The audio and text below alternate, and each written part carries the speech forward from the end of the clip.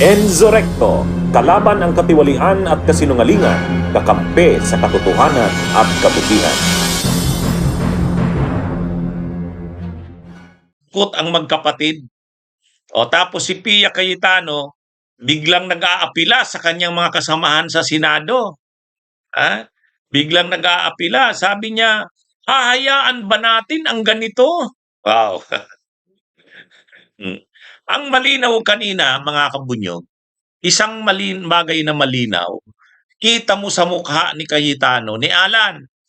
O, kita mo sa mukha ni Cayetano, natatakot siya. Bakit siya natatakot? Kaya niya ba? Ha? Kaya niya ba na makulong na tulad ni Mike Defensor, ni Jingo Estrada, saka ni Marcoleta? Si Marcoleta nga, hindi iniisip niyan na makukulong siya eh.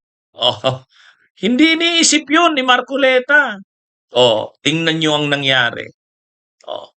Ang mahirap kasi dyan, kapag nakunan ka ng butas mo, pag nakunan ka ng butas mo, halimbawa si Marcoleta, ang kahit sa media, mainstream media man o social media, talo si Marcoleta eh. Bakit? Bakit talo si Marcoleta? Kasi siya kasi ang nag-provide ng ebidensya sa sarili niya eh. Inamin niya na tumanggap siya ng donasyon. Yun yung yan yung problema. Kaya ngayon, hindi makakuha ng simpatya si Marcoleta. Hindi niya masabi na inimbento ang kaso. Hindi niya masabi na gawa-gawa ang ebidensya. Paano gawa-gawa? Galing sa kanya. Kaya ngayon, ito na namang si Cayetano. Ayan, sabi ni Director Matibag ng NBI, may mga paabot daw sa kanila na malaki ang naging anomalya doon sa Southeast Asian Games noong 2019.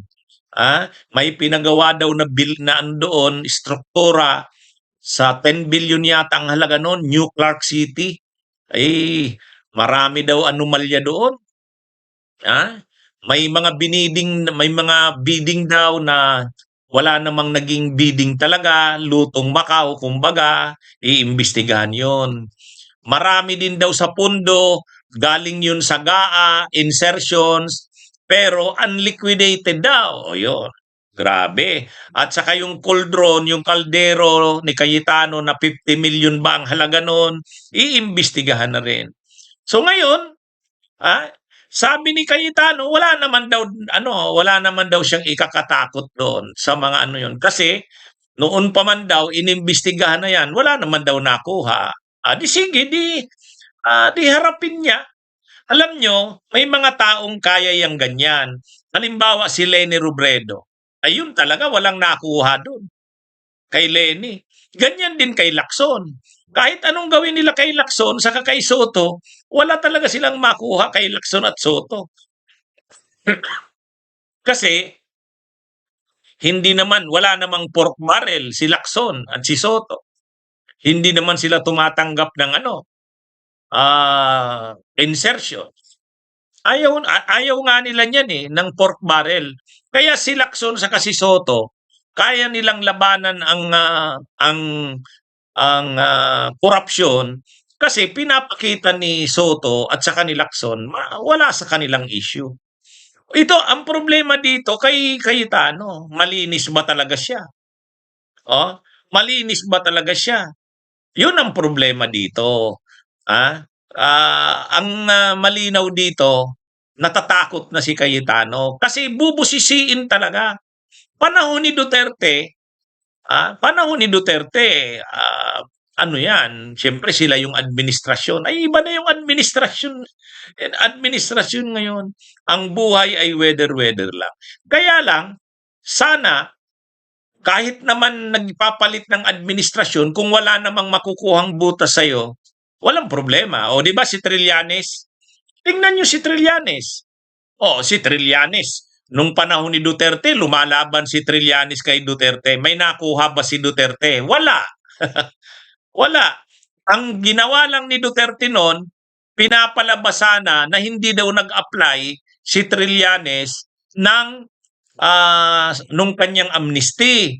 Ay 'di ba binigyan si Trillanes ng amnesty ni Pinoy. Gustong i-invalidate 'yon ni Duterte. Gumalaw sila Caleda.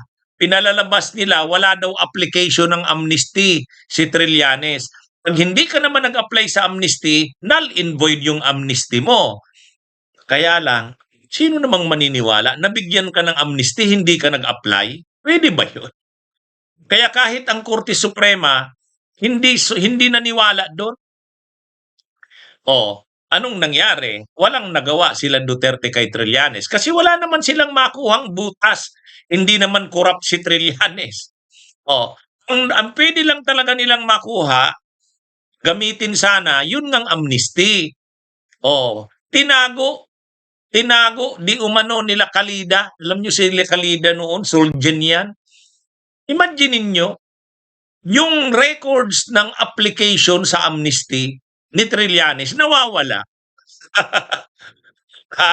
So wala. Sila Ila de Lima, ayun, gawa-gawa talagang mga ebidensya. Kung nag-produce ng mga gawa-gawang mga ebidensya, mga tinakot na testigo, si Calida saka si Aguirre. Oh.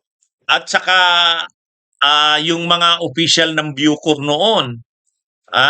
Pero kinalaunan nag-retract, binawi, nakonsensya yung mga testigo. Pero itong kay Cayetano, o sige, kung wala naman siyang ikakatakot, handa siya dyan. Harapin yan. Ay kaya lang sa reaksyon ni Cayetano kanina, makikita mo takot siya. Bakit takot siya? Kasi alam niya eh. Alam niya. Kapag inungkat yan, malamang makukunan siya ng butas dyan. Huwag niyang sabihin napakalinis niya. Yun ang problema dyan. Yun ang problema ni Cayetano dyan. Bunyog, bunyog, halikan na kasama ka. Bunyog, kapag buklod ay may pag-asa. Luzon, Visayas, Mindanao, isa ang pananaw. Sa bagong Pilipinas ang bunyog isisigaw. Bunyog.